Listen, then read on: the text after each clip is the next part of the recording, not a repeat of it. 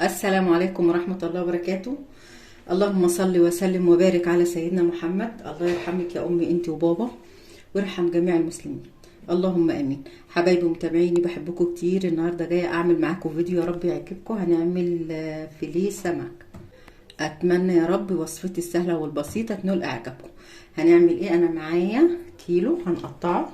بسم الله الرحمن الرحيم.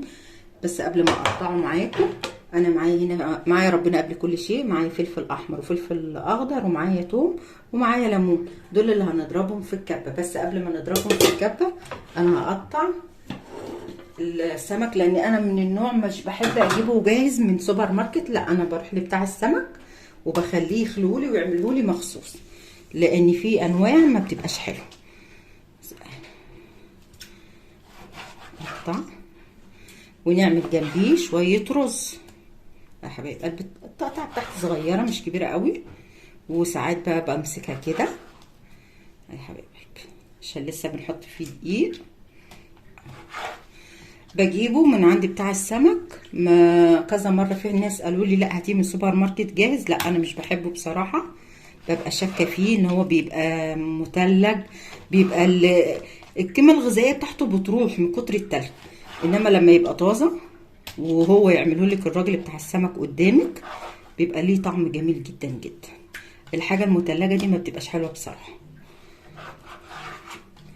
هما 2 كيلو، انا جايبه كيلو. هنشيل ده عشان نعمل الخلطه بتاعتنا. ومعانا هنا فلفل، معانا ربنا قبل كل شيء. انا بقطع الفلفل عشان لما اجي اضربه في الكبه يتضرب معايا يبقى ناعم. وبحب احط بردك عليه فلفل احمر. انا التوابل هحطها بعد ما اضرب الفلفل بالثوم، مش هحط الفلفل كله لان هو كيلو واحد.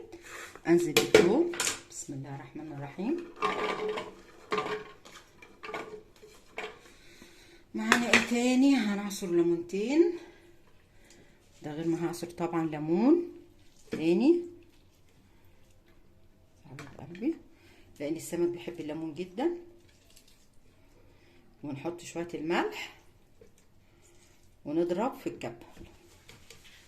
انزل بمعلقه كبيره ملح، طبعا ده عشان ما فيهوش شوك ولا حاجه، الحقيقه يبقى داخل في قلبه حلو قوي. بسم الله الرحمن الرحيم. انا ضربت دلوقتي الفلفل والثوم. انا هنا معايا ايه؟ معايا توابل سمك ريحتها خرافه وجميله جدا، ومعايا معلقه كركم. انا هنزل كده، انا محيقه طبعا الثوم والفلفل لما ضربته في الكب، ده ريحتها جميله. بصوا التتبيله دي تحفه. ومعايا ليمونه كمان غير الليمونتين اللي انا عصرتهم. صح يا قلبي. التتبيله دي انا بسيب فيها السمك 10 دقايق بالظبط. بصوا التتبيله عامله ازاي، والريحه بقى ايه خرافه. بنزل كده بالسمك متقطع وبقلبهم في قلب بعضيهم. والله ريحتها جميله جدا جدا جدا.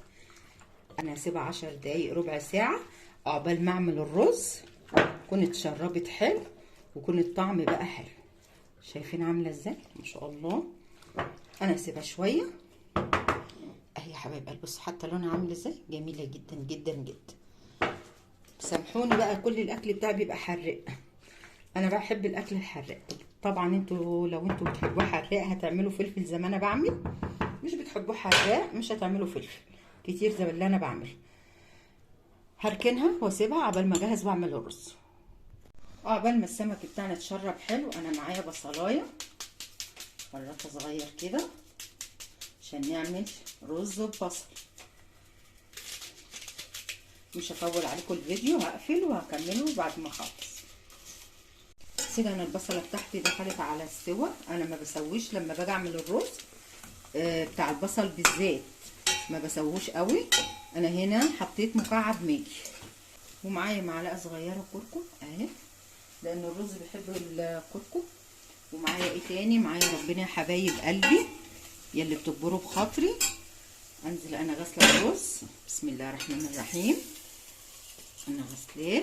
في ناس بيعملوه بطريقه تانية بيحطوا الميه قبل الرز، لا انا بحب ادي تشويحه بالبهارات بتاعتي بالبصل بالرز.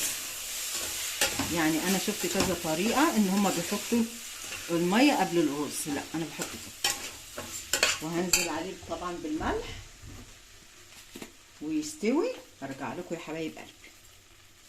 نعمل بقى الكفر بتاع السمك بتاعنا البانيه. انا معايا 3 معالق كبار او نقول كوبايه دقيق، وبحط عليها معلقه نشا. طب نشا ليه؟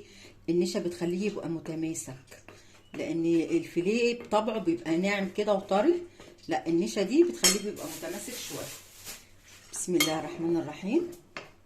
نقلب معلقه النشا على كوبايه الدقيق. وبرده بحاجه ترجع لك يا حبيبه قلبي، ممكن ما تعملهاش كده خالص، بس هو يستحسن.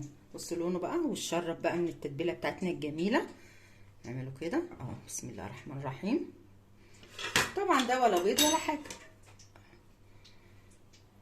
التقطيعه اللذيذه بتاعتنا.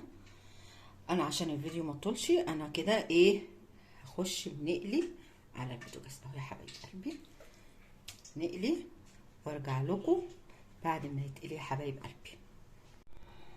ونعمل ايه بقى؟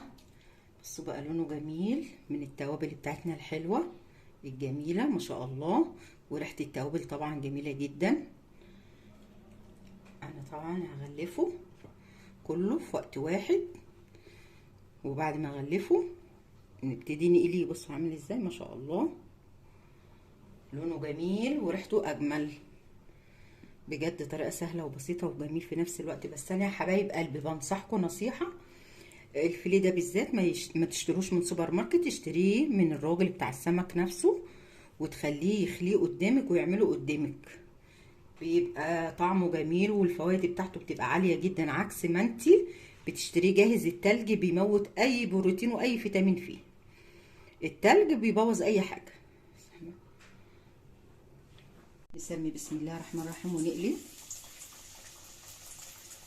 بسم الله الرحمن الرحيم. لازم الزيت يبقى واخد كفايته، مش تبقى حبه صغيرين لا يا قلبي اهو. بسم الله الرحمن الرحيم. حبايبي ومتابعيني ربنا يكبر بخاطركم يا رب، ما تحرمش منكم ابدا.